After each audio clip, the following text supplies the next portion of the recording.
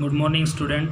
देखो बेटा, रालेगन सिद्धि गांव के संगठनात्मक ढांचा, रालेगन सिद्धि गांव की परिपूर्ण जो कहानी आपको बता दी है, उसमें जो है स्थिति है उसके बारे में बताया था। ठीक है, तो इसमें सरपंच, ग्राम पंचायत और कमेटियों के माध्यम से ये बातें मैंने आपको बता दी थी। इसके अब कुछ एक महत्वपूर्ण जो भौगोलिक शब्द हैं वो सुन लो। ठीक है, ये क्वेश्चन के रूप में विशेष रूप से आते हैं। ठीक है, आपसे इन्हीं में से काफ़ी बार पूछ लिया जाता है। वेरी शॉर्ट जो क्वेश्चन बनते हैं, ठीक है, वो इन्हीं में से बनाए जाते हैं काफ़ी बार। तो ये आपको याद करने, साथ में जितने भी नोटबुक जो क्वेश्चन हैं वो मैं आपके पास भेज दूंगा, MCQ और वेरी शॉर्ट और लॉन्ग। ठीक है, तो सबसे पहले हम जो महत्वपूर्ण जो भौगोलिक शब्द हैं, इम्पोर्टेंट ज्योग्राफिक टर्म्स हैं, वो ज्योग्राफिकल जो टर्म्स हैं वो देख लो। तो सबसे पहले सिंचाई। सिंचाई वर्षा के अभाव में शुष्क खेतों तक मानव द्वारा जल पहुंचाने की व्यवस्था। सिंचाई किसको बोला गया है? वर्षा के अभाव में शुष्क खेतों तक मानव द्वारा जल पहुंचाने की व्यवस्था को क्या कहा गया है? सिंचाई। दूसरी है वाष्पोत्सर्जन। वाष्पोत्सर्जन जैसे भाई उष्मा के कारण जो है जलाशयों के अंदर वाष्पीकरण हुआ और ऊपर जा कर के वो जैसे ही बादलों का रूप लेते हैं फिर ठंडा होकर के वापस ज़मीन पर गिर जाती बूंदों के रूप में, जिसे हम वर्षा बोलते हैं। तो भूमि तथा वनस्पति से होने वाला वाष्पन, इसमें जलाशयों, मृदाओं, सैलों, पृष्ठों और वर्धमान पौधों से वाष्प के रूप में नमी की क्षति भी शामिल है। इससे क्या होता है कि नमी के अंदर कमी आती है।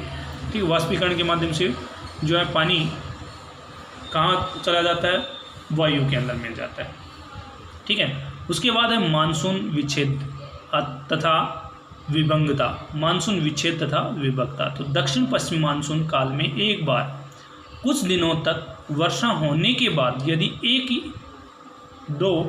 या दो या कई सप्ताह तक वर्षा ना होना, मतलब मानसून विच्छेद या विभंगता, मतलब दक्षिण पश्चिम जो मानसून काल है उसके अंदर कई दिनों या कुछ दिनों तक, या यदि एक दो बार हो जाए और कई सप्ताह तक वर्षा ना हो तो वो कहलाती मानसून विच्छेद अथवा विभंगता। अब है कोशिका क्रिया। कोशिका क्रिया क्या होती है? एक यांत्रिक क्रिया जिसके द्वारा जल मृदा परिच्छेदिका में भौम स्तर अथवा प्रक्रिया है, जहाँ वर्षा नहीं अथवा आर्द्र अवमृदा से ऊपर की ओर ऊर्ध्वाधर उठता है, ऊपर की ओर उठने वाली जो स्थिति है। ठीक है, यह शुष्क तथा अर्ध शुष्क क्षेत्रों की एक विशिष्ट प्रक्रिया है जहाँ वर्षण की अपेक्षा वाष्पीकरण अधिक होता है। वर्षा की बजाय क्या होता है? वाष्पीकरण, मतलब जल का सूखना। ठीक है, उसके बाद है चक्रीय संसाधन। चक्रीय संसाधन मतलब रिसाइकलिंग हो गया अभी। ठीक है, रिसाइकलिंग कैसे होगा? तो इनको जो है जैसे मान लो हम वर्षा को ही लें, पानी का वाष्पीकरण हुआ, वाष्पीकरण होकर के वर्षा के रूप में वापस ज़मीन पर आना, वो चक्रीकरण कहलाता है। इसी प्रकार जैसे कच्चे पदार्थ होते हैं उनका जैसे नष्ट होना, धीरे धीरे डैमेज हो जाते हैं, उनको दोबारा से नए रूप में प्रगलन करके नए रूप प्रदान करना, तो वो चक्रीय संसाधन। ऐसे संसाधन जिन्हें प्रयोग के बाद शुद्ध करके बार बार उपयोग में लाया जाता है। उसके बाद है प्रवेश्य चट्टान। प्रवेश्य चट्टान क्या होती है? वे चट्टानें जिनकी दरारों, संधियों और संस्तर तल से होकर जल पृष्ठ, भूपृष्ठ से नीचे जा सकता हो। चाक और चूना पत्थर की शैलें इसके उदाहरण हैं। चाक और शैलें जो है, चूना पत्थर इसके उदाहरण हैं। प्रवेश्य चट्टान ये क्या होते हैं कि चट्टानें जिनकी दरारें जो होती हैं ना, संधिया और संस्तर तल से होकर जल जो है भूपृष्ठ से नीचे जा सकता है। जल जो है रिस करके नीचे जाता है। ठीक है, उसके बाद है लैगून।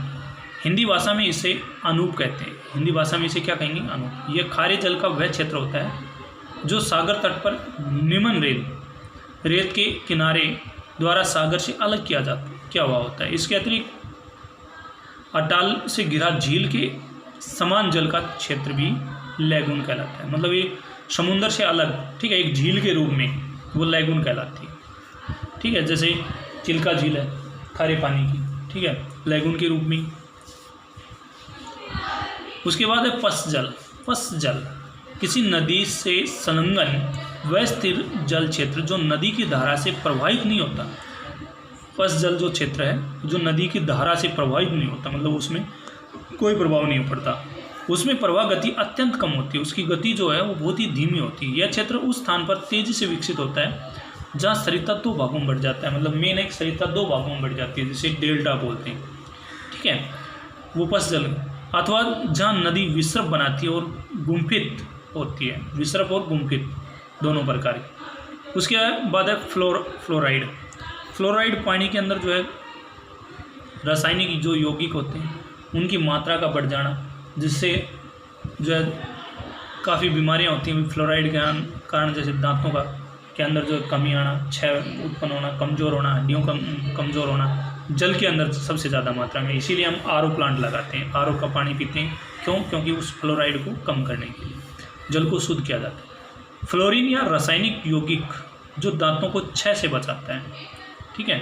फ्लोराइड क्या करता है? फ्लोरीन या रासायनिक जो यौगिक होते हैं उनसे जो दांतों की क्षय प्रक्रिया होती है उसको बचाते हैं। संख्या सफ़ेद पाउडर के रूप में पाए जाने वाला अति विषैला रासायनिक तत्व होता है। संख्या जो है सफ़ेद पाउडर के रूप में पाए जाने वाला विषैला पदार्थ होता है। उसके बाद है जलग्रंथ। जलग्रंथ पारगम्य सेल की परत जिसमें जल भरा रहता है। पारगम्य जो सेल होती हैं उनके अंदर जो जल का भरा रहना, जैसे चाक है, बलुआ पत्र, नरम जो सेलें होती हैं उनके अंदर। जल संभर या जल विभाजक।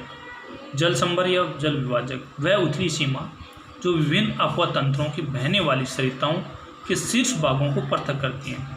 मैंने कि उथली हुई जो जगह होती है जो किसको, विभिन्न अपवा तंत्रों को बहने वाली जो सरिताएँ होती हैं उनके शीर्ष भागों को पृथक करती हैं, अलग करती हैं, ठीक है। वो जल संभर या जल विभंजक कहती हैं, ठीक है। तो ये था मेन महत्वपूर्ण, ठीक है बेटा। ये आपको परिपूर्ण करना है। आपको आज के लिए इतना ही। आपका जो जल संसाधन है वो कंप्लीट हो गया लेसन।